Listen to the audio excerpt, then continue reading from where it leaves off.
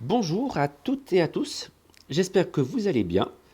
Bienvenue, c'est la première vidéo que je mets pour votre classe, pour les 10e maths physique. J'espère que, en tout cas pour les élèves que j'ai en maths, vous connaissez le site internet sur lequel se trouve cette vidéo. S'il vous plaît, essayez de partager un maximum de choses entre vous. J'entends par là que j'espère que tous les élèves de la classe de 10e MEP que j'ai sont au courant de ce site. Essayez voilà, de vous écrire, de faire un peu de pub pour ce site entre vous pour que tous les élèves que j'ai soient au courant qu'il faut venir voir le site tous les jours. Et pour ceux qui sont déjà au courant du site, je le rappelle, venez le voir tous les jours. Surtout au début, il y a des évolutions, l'évolution est assez rapide. Je mets à chaque fois la planification de la semaine avec soit des vidéos explicatives comme c'est le cas aujourd'hui, ou des exercices à faire, des corrigés que je vais faire. J'espère que vous avez tous le matériel de maths physique complet chez vous. Alors le livre, normalement, vous avez tous reçu un livre en prêt qui est chez vous. J'espère que vous avez récupéré vos fiches et vos cahiers. Si ce n'est pas le cas, il faut passer les chercher à l'école rapidement. Vous avez, je crois, jusqu'à la fin de la semaine pour y aller.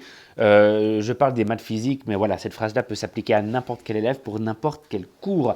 Donc essayez aussi entre vous de vous coacher, de vous demander si vous avez tout récupéré pour que vous ayez votre matériel complet à la maison, vu que les prochaines semaines vont être évidemment un peu particulières et ça sera des cours donnés à distance.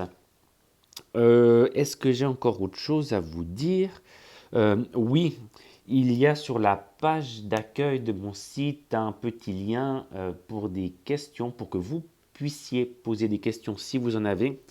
N'hésitez pas, que ça soit sur une vidéo pas claire, un exercice pas clair, quelque chose que vous ne comprenez pas.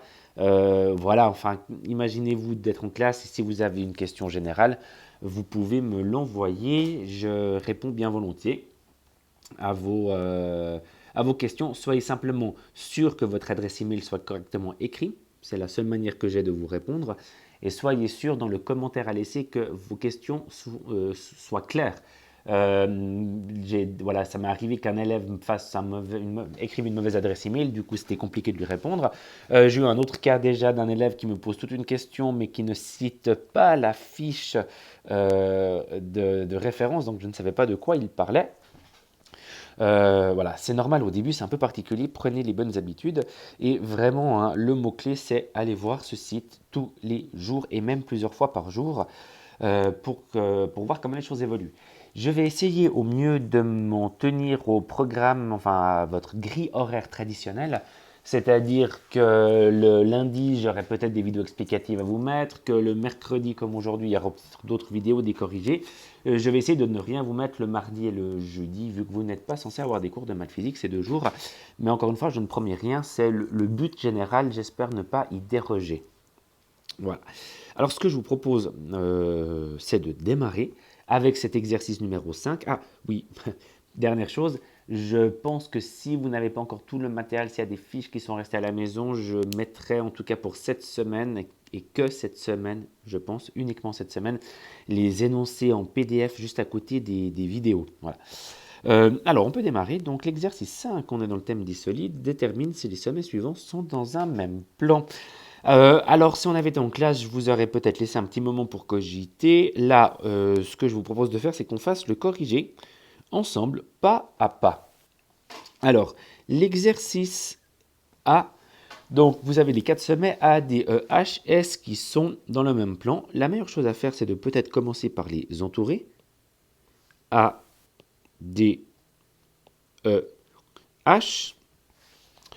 On voit que les 4 sommets appartiennent à la face du fond, la face de derrière, la face que j'assure maintenant au mieux. Donc oui, ils sont dans un même plan. Ils appartiennent à la face de derrière. Faisons peut-être un peu plus grand, comme ça je mets le oui. Voilà. On va continuer comme ça. L'exercice B, donc c'est les sommets C, D, B, E. Je vais peut-être effacer au fur et à mesure. Donc C, D, B, E, si on les entoure. C, D, B, E. Les trois premiers sommets appartiennent à la face du dessus. Alors, j'en fais un triangle, hein, mais je pourrais très bien dire que les trois sommets du dessus, D, C, B, appartiennent à toute la face du dessus. Évidemment, un plan est toujours à prendre comme quelque chose d'infiniment grand. Du coup, le point E n'appartient pas à la face du dessus, donc il n'est pas dans le même plan que les points C, D, B, C, D, B, exactement. Donc, on peut mettre un nom. L'exercice C. Donc, les points à définir, ce sont les points HAF, HAGF, HAGF. Alors, même chose, c'est-à-dire que les points du bas appartiennent, si on fait le triangle aussi, directement on assure le plan du bas. Ces trois points appartiennent au même plan, au plan du bas, et le point A n'appartient pas au plan du bas, donc non. Je rappelle juste que 3 points dans l'espace appartiennent toujours au même plan. C'est-à-dire qu'à partir de cet exemple-là, si je change de couleur et que je regarde le plan qui passe par les points F, G, A, bah, j'aurai un plan qui sera comme ça. Voilà. Je peux prendre 3 points, vraiment 3 points au bol, et j'aurai toujours un plan qui passe par ces 3 points. La question, c'est est-ce que le quatrième point est aussi compris dans le plan défini par les 3 premiers points. L'exercice suivant, la partie D. Alors, je reprends peut-être du rouge. Les points sont les points C, B, H, E, C, B, H, E. Alors, c'est peut-être un peu plus compliqué à voir. Si je dessine le triangle comme ceci, bah vous risquez d'être induit en erreur et de répondre à la précipitation de manière précipitée et de dire que le point E est en dehors du triangle. Alors oui, le point E visuellement est en dehors du triangle, mais ce plan, il faut l'analyser de manière un peu plus détaillée. Vous avez ici la diagonale de la face de droite du cube et vous avez le point B qui est un point qui appartient à la face gauche du cube. Donc cette diagonale et cette diagonale vont appartenir au même plan. C'est-à-dire que c'est le triangle que j'ai dessiné. Si on prolonge ce triangle, on a quelque chose comme ceci. Et du coup, le point E appartient au plan dessiné par les points B, C, H. Donc ces 4 points sont dans le même plan. Donc oui. D'ailleurs, il y a 3 cubes dessinés, hein. C'est simplement vous pouvez effacer un peu plus difficilement.